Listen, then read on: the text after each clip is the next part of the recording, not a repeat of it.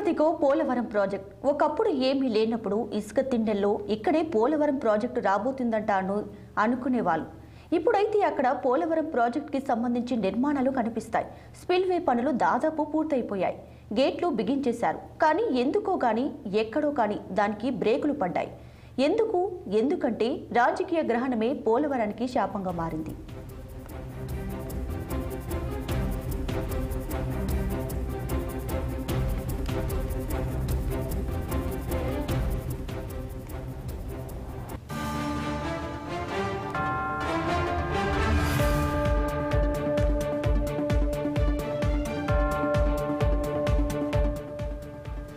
పోలవరం అంటే బహుళార్థ సాధక ప్రాజెక్ట్. త్రాగునీరు, సాగునీరు మాత్రమే కాదు, జల విద్యుత్ని అందించే ప్రాజెక్ట్ ఇది.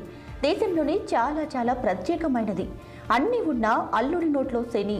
ఇది పోలవరం ప్రాజెక్టు గురించి ఒక మాటలో చెప్పాలంటే, ఎప్పుడు బ్రిటిష్ హయాంలో పోలవరం ప్రాజెక్టు గురించి సాధ్యాలపై చర్చ జరిగింది. అప్పటి నుంచి ఇప్పటిదాకా ఇన్ని దశాబ్దాల కాలంలో ప్రాజెక్టు ఎందుకు పూర్తి కాలేదు? ఇదేమి $1 బిలియన్ ప్రశ్న కాదు. రాజకీయ గ్రహణం పోలవరం ప్రాజెక్టుని పట్టి పీడిస్తుంది. అదే పెద్ద శాపం.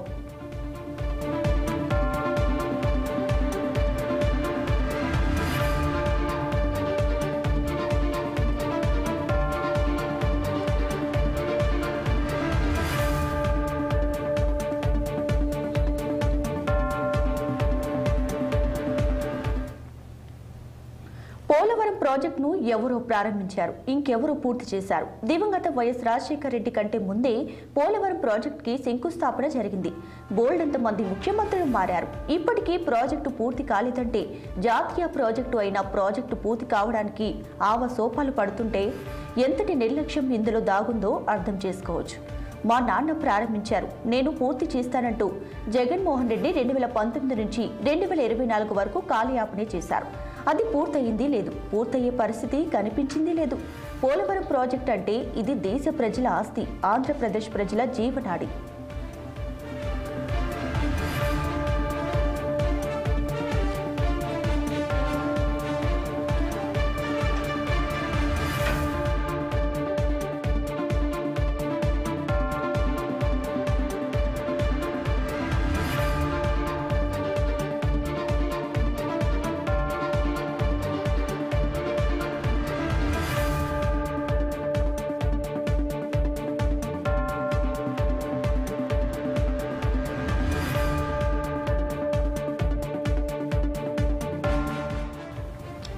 పోలవరం ప్రాజెక్టు ఓ ముఖ్యమంత్రి సొంత ఇల్లు కాదు, ఇంకొక ఆయన సొంత ఆస్తి కాదు. రాజకీయ నాయకులు సిగ్గుతోలేశారు అనడానికి పోలవరం ప్రాజెక్టు ఓ ప్రత్యక్ష నిదర్శనం.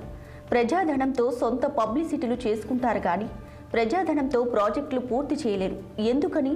జనం నిలదీస్తారన్న భయం లేకపోవడం వల్లనే. ప్రత్యేక విమానాల్లో తిరుగులు, అత్యాధునిక వాహనాలలో కాన్వేలు, ప్రజాధనంతో సొంత పబ్లిసిటీ, ఇవన్నీ అధికారంలో ఉన్నోళ్ళు మానేసుకోగలిగితే పోలవరం ఎప్పుడో పూర్తయిపోయి ఉండేదని లోకల్ ప్రజల నుంచి వినిపించే మాటలివి. ఆ పార్టీ ఈ పార్టీ, ఆ ముఖ్యమంత్రి ఈ ముఖ్యమంత్రి, ఆ ప్రధాని ఈ ప్రధాని అన్న తేడా లేవు. పోలవరం ప్రాజెక్టుకి అందరూ విలన్లే.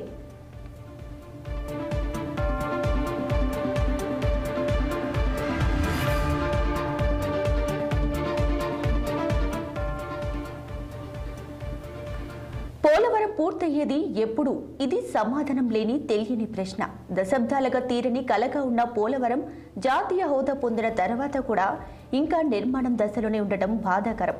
ఆంధ్రప్రదేశ్ జీవనాడిగా భావించే పోలవరం పూర్తవ్వడానికి ఇంకా ఎన్నేళ్లు పడుతుంది? అసలు పోలవరంతో కలిగే ప్రయోజనాలేంటి? 2014 నుంచి 2019 మధ్య, 2019 నుంచి 2024 మధ్య పోలవరం పనులు ఎంత మేర సాగాయి? పోలవరం నిర్మాణాన్ని టీడీపీ ప్రభుత్వం పరుగులు పెట్టించే పరిస్థితులున్నాయా?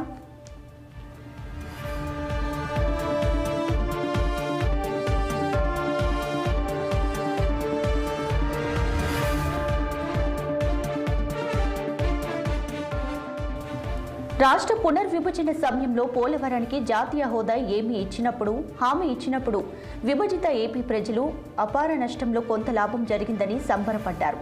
స్వాతంత్ర్యం రాకముందు నుంచి ప్రతిపాదనలో ఉన్న పోలవరం నిర్మాణం ఇక వీలైనంత వేగంగా పూర్తయిపోతుందని, సాగునీటి అవసరాల విషయంలో ఏపీ ముఖ చిత్రం మారిపోతుందని ఆశపడ్డారు. ప్రజలు ఆకాంక్షలకు తగ్గట్టుగానే అప్పటి టీడీపీ ప్రభుత్వం కేంద్రంతో కలిసి పోలవరం నిర్మాణం వడివడిగా సాగించింది. ముఖ్యమంత్రిగా నారా చంద్రబాబు ప్రతి సోమవారాన్ని పోలవరంగా ప్రకటించి మరీ పనులో పర్యవేక్షణ జరిపారు. 2019లో టీడీపీ ప్రభుత్వం అధికారం కోల్పోయే నాటికి 72% ప్రాజెక్టు పనులు పూర్తయ్యాయి.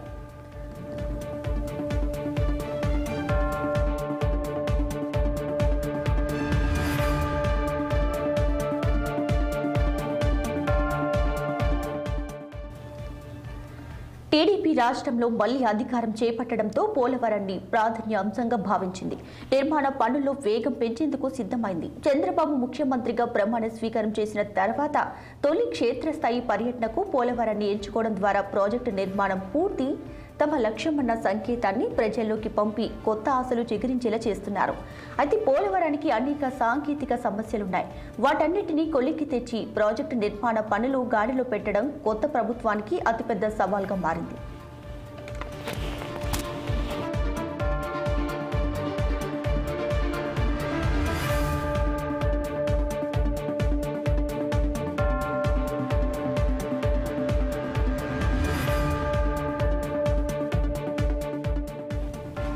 పోలవరం ప్రాజెక్టు నిర్మాణంలో ప్రధానంగా 3 భాగాలున్నాయి. ఒకటి రిజర్వాయర్, రెండోది స్పిల్వే, మూడోది విద్యుత్ ఉత్పత్తి కేంద్రం.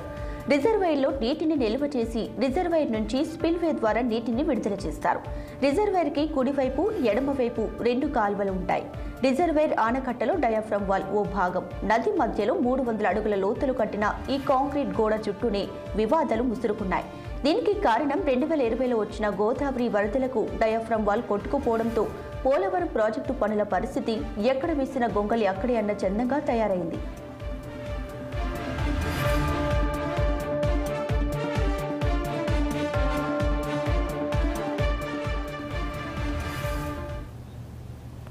ఎగువ కాఫర్ డ్యాంలో ఉన్న గ్యాప్లను సకాలంలో పూడ్చకపోవడం వల్లే డయాఫ్రమ్ వాల్ కొట్టుకుపోయిందని, ఇది ప్రభుత్వ వైఫల్యమని అప్పుడు ప్రతిపక్షంలో ఉన్న టీడీపీ ఆరోపించింది. 70 మీటర్ల లోతులో నిర్మించిన డయాఫ్రమ్ వాల్లో 2 పెద్ద గుంతలు ఏర్పడడం, వాటిని పూడ్చలేకపోవడంతో పోలవరం నిర్మాణ పనులు అనుకున్నంత మేర ముందుకు సాగడం లేదు. అందుకే ఆలస్యం అవుతున్న కొద్దీ ఖర్చు అధికమవుతుంది. జాతీయ జల విద్యుత్ పరిశోధన కేంద్రం డయాఫ్రమ్ వాల్ సామర్థ్యాన్ని పరిశీలించి కొన్ని సూచనలు చేసింది. దెబ్బతిన్న ప్రాంతంలో సమాంతర డయాఫ్రమ్ వాల్ నిర్మించి పాత వాల్కి యు ఆకారంలో అనుసంధానించడం లేదా కొత్త డయాఫ్రమ్ వాల్ నిర్మించడం అనే ప్రతిపాదనలు చేసింది. కొత్త డయాఫ్రమ్ వాల్ నిర్మాణానికి 600 కోట్లు ఖర్చవుతాయని అంచనా వేసింది. అసలే పోలవరం నిర్మాణం ఆలస్యమవుతున్న కొద్దీ ఖర్చు పెరుగుతుంది. ఇప్పుడు డయాఫ్రమ్ వాల్ నిర్మాణం, మరమ్మతుల ఖర్చుల భారం అదనంగా పడనుంది.